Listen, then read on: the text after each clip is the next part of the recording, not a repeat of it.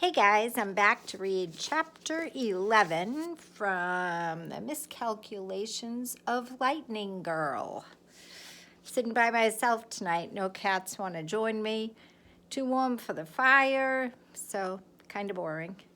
There's my cottage down the Cape at sunset, and I'll show you another picture of it too.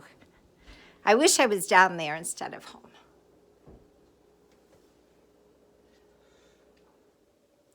And my house is being taken over by all of the plants that I had in school. So they're all over the place. But you didn't come to see my plants or my house, or you just want to hear the book. So I'll stop talking about everything else and start reading chapter 11. My revenge tactic has mostly been not talking to Levi for the last 45 hours, but I'm not sure he noticed, so I'm extending it for at least a week.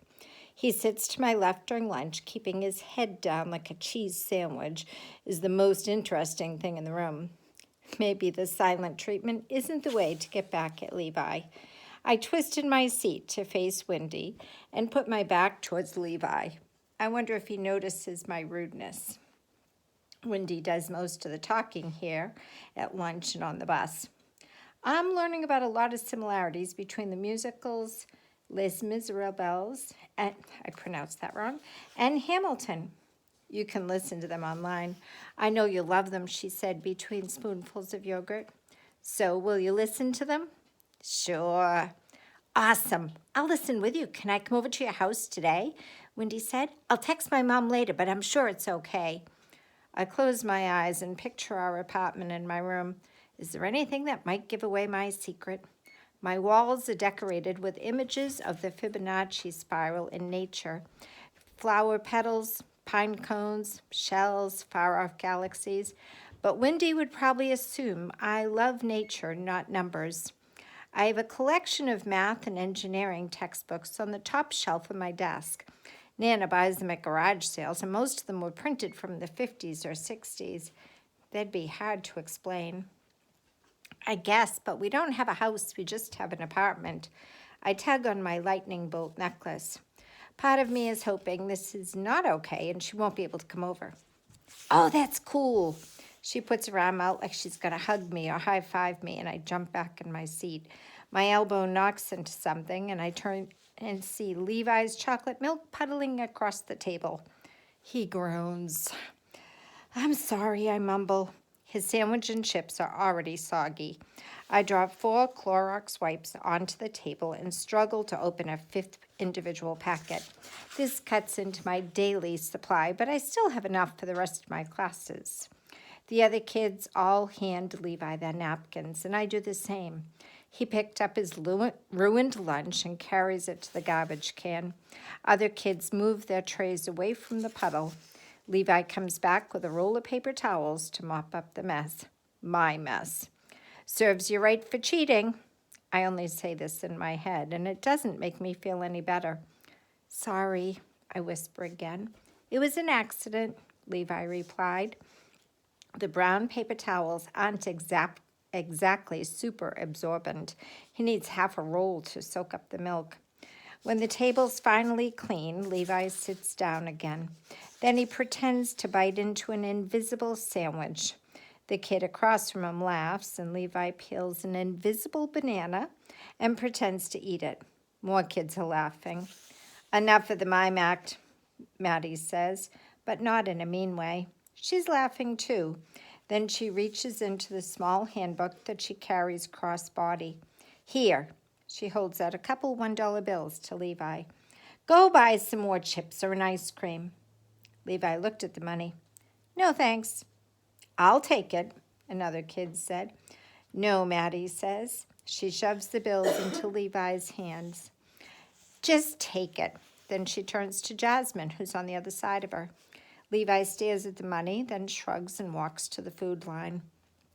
A minute later, he's back with Doritos and some more chocolate milk. When he walks past Maddie, he said a quiet thank you, but doesn't even look in my direction. Wendy follows me off the bus to my apartment. As she predicted, her mother agreed to the visit. I offer Wendy a squirt of hand sanitizer as we get inside.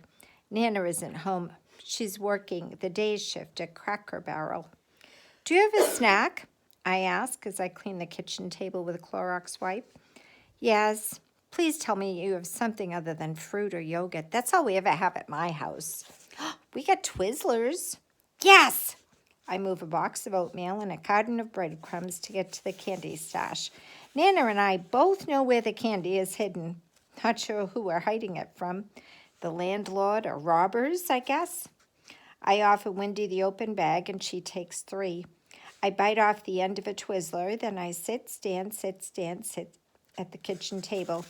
It's easier to keep secrets if we stay out of my room. I don't get why you do that, she says through a mouthful. She takes a seat next to me. I don't know either, I shrug. Then just stop, she said. I can't. It's an OCD thing, right? Obsessive compulsive disorder? Yeah, I guess. Nana took me to a psychologist 3 years ago. Dr. Walsh set up a treatment plan and said with some mild medication and gradual exposure to your triggers, we could control my OCD. I asked her if that meant the digits of pi would go away. She answered, yes, with some work. And with that, I refused to go back. I wouldn't mind losing my sit-stand routine or not having to worry about germs, but nobody was taking away my pie. I have an aunt with OCD, Wendy says. She has to touch both sides of the door frame like 10 times before she can walk through the door. She says if she doesn't touch it, something horrible will happen to her kids. She explains her aunt like she's giving me instructions for a board game. Oh, it's not like that for me, I say. I bite off another piece of candy. Then what is it like? If I don't do my routines, if I don't do my sit-stand routine 3 times or tap my toe 3 times when I stop walking, stuff messes with my head. What kind of stuff? Demons? She opens her eyes wide. Nah, just numbers. I hold open the bag of Twizzlers. She takes another 3. I wonder if she's taking 3 on purpose. Thanks. This string of numbers takes over my brain if I don't follow my pattern. It's like an alien invasion in my head. The digits are loud and clear, and I can't do anything else. I can't even think about anything else because they block everything. I don't tell her that the numbers are digits of pi. This is just unnecessary. That's weird, but at least you have a way to stop it. You have a secret antidote or a weapon that stops the aliens. Sit 3 times or tap your foot 3 times, and then you're fine. Yeah, but my magic formula freaks people out. Imagine if you couldn't stop the number invasion. That would be worse. I guess that's true. We finished a 1-pound bag of Twizzlers. I grabbed 2 Sprites and a sleeve of Chips Ahoy cookies, and we go into the living room to watch TV. Wendy seems to have forgotten she wanted me to listen to Broadway musicals, and I'm not going to remind her. You have an endless supply of sugar here. I may never leave. I let Wendy have the remote. She flips channels until she comes to a commercial. Oh, she grunted at the TV. Cookie crumbs fly from her mouth. What's wrong? I know she's not choking because she's making too much noise. She points to the screen. It's a commercial for the Rocky Mountain Lodge. I've seen it before, and it's not that exciting. A family enjoys a day of water rides followed by a meal and a hug from a raccoon mascot, and then the kids are tucked into bed by happy parents. My mom said I could have my birthday party there. Well, that's cool. She doesn't seem impressed by my reaction. Have you ever been there? Nah. It is going to be awesome. She holds out her hands like awesome could be measured in a distance. We're going to stay overnight in a suite. We're going on every ride. That's assuming I get all A's this quarter. But that shouldn't be a problem. When's your birthday? I asked. November 10th. That's not for 71 days. Wendy opened her mouth dramatically like a cartoon character. What the what? I think it's 71 days. I laugh and rub my palms on my shorts. She pulled out her cell phone. She taps the screen, shrugs. Yeah, right. Oh, I'm good with dates. It's a game I play with my grandmother. We call it the countdown. It's not really hard. We know how many days are in each month, right? Yeah, I guess. We watch TV and finish our snack. I actually like having Wendy over, but I'm dying to know if anyone solved my epic problem in the math forum. I write it so it sounded super simple, but there was a twist. I bet 90% of the people miss it. I'll be right back. I get up. Wendy doesn't ask where I'm going. She's focused on a show about children's working conditions in Bangladesh. I boot up the computer, log on to MathWiz. 41 people have tried to solve my problem. I scroll through the solutions. Wrong, wrong, wrong. And then I see it. The right answer, posted by the math master. I write in the comments, awesome, you got it.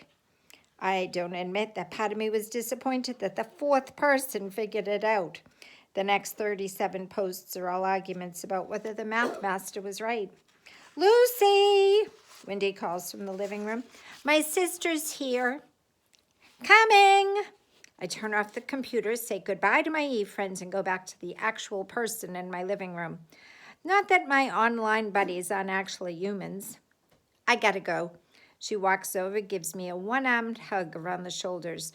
I don't move. I don't breathe. I don't approve. Next time you can come to my house, but you'll have to smuggle in some good food. Nana told me to make one friend, and I guess I have. She may be using me for a sugar rush, but that's okay. See you tomorrow.